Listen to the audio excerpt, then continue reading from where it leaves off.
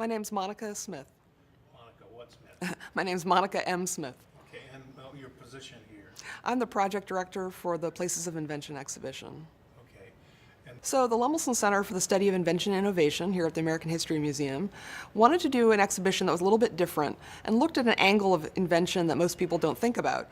And one thing we know is that place is really important for invention. So we wanted to explore what makes a place of invention. And to do so, we feature 6 different communities around the U.S. in different time periods in this exhibition.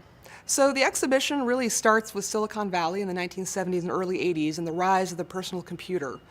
And we thought this was a great story to tell because when people think of places of invention, they tend to think of Silicon Valley.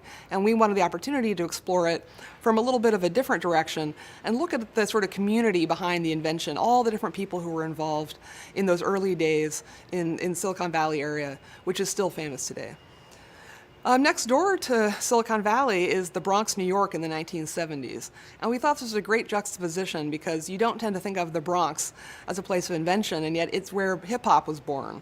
And hip-hop actually has a technological innovation at its core in that musicians, DJs were taking materials like turntables and turning them into instruments. And so it was really a fun way to look at a place of invention that is not your typical place that might surprise people. So Medical Alley, Minnesota in the 1950s is one of our 6 stories that focuses really on the invention of the external wearable pacemaker, which was a really important invention for cardiac surgery that took place here in Minnesota in the 1950s.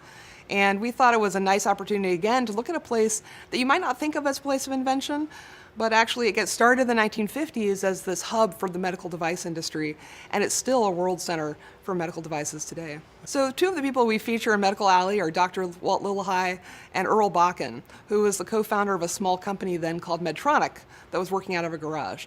And Bakken would repair hospital machines that were being used, and Dr. Lillehei knew him, and he wanted a better way to help his patients recover from open heart surgery.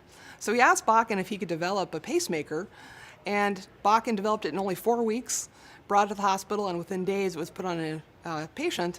And one of the interesting things about the pacemaker is that one of the inspirations for Bakken was this popular electronics article talking about transistorized metronomes. And when you think about it, a metronome is a regular beat. And so using that as the inspiration, he developed the pacemaker. So we also have Hartford, Connecticut in the late 1800s. And many people think Hartford, isn't that the home of insurance? But actually in the late 1800s, it was really the hub in the US for mass manufacturing. So we wanted a chance to explore that. We have wonderful collections here at the National Museum of American History.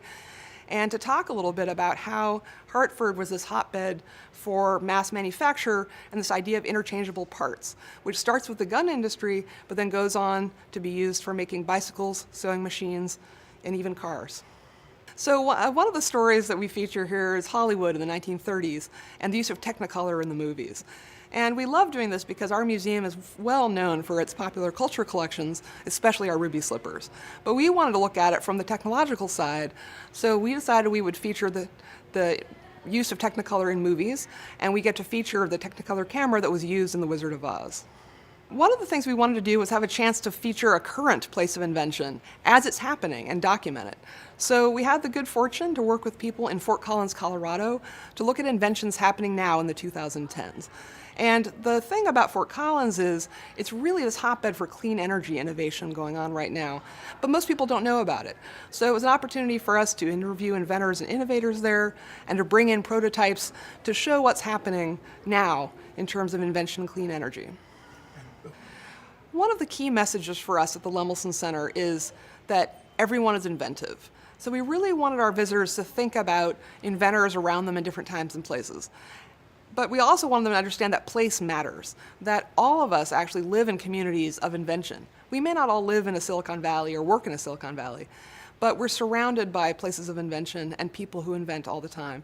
And so if visitors can come here, see some places maybe they haven't thought about, and think about their own communities in a new way, and then share their stories through our interactive digital map, we'll really be pleased.